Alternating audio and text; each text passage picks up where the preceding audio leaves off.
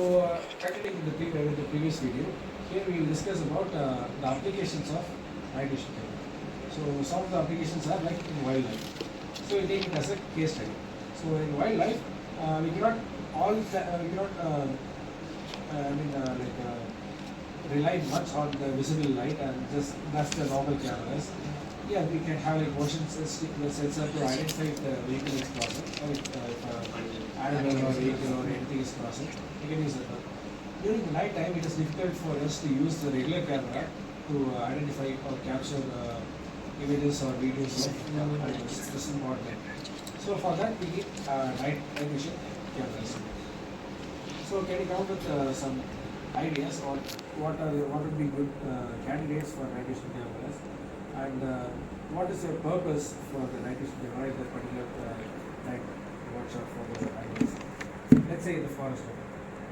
Mostly wildlife photographers are using night vision. Journalists also. To identify or? To identify animals, birds, and maybe maintain.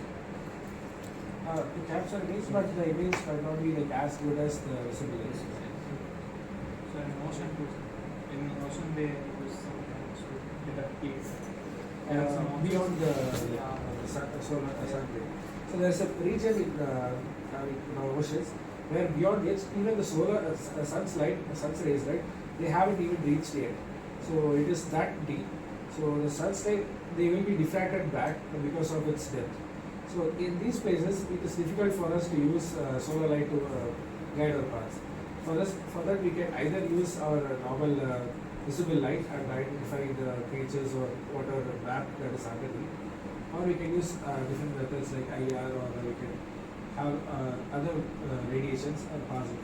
So if we use high frequency radiations, it might affect the sea life.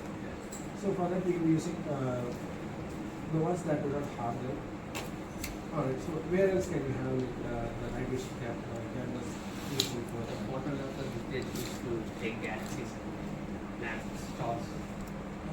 for that, we yes, in that way, we can to a certain length. What we can do is we can take photos with the normal light. But in order to identify if there are any previously existing galaxies or like long distance objects, it is better to have IR sort of cameras. The reason for that choosing IR that normal like visual light or visual one or X-ray sort of absorbing cameras. The reason for that is since it is farther away, we know that our galaxy, our universe is expanding. So when it expands, what happens to whatever sort of frequency of light, when it travels for a longer distance, what will happen? Okay, let's say like I have a spring that is vibrating longer. I will vibrate, I shook it and I will stop shaking it. What will happen to the vibrations? It will start to die out, right? So because of that, the high frequency will start to become very low frequency. This low frequency, it will become shifted towards the red color. The high frequency will be like the pure remember right? So and beyond that will be our ultraviolet and such. These are the high frequency waves. So when we come to this other end with your R, infrared, and the waves beyond that, these are very long wavelengths, and these are very they don't have much energy. They have very low energy. So when you are coming towards the red color, it is called red shifting.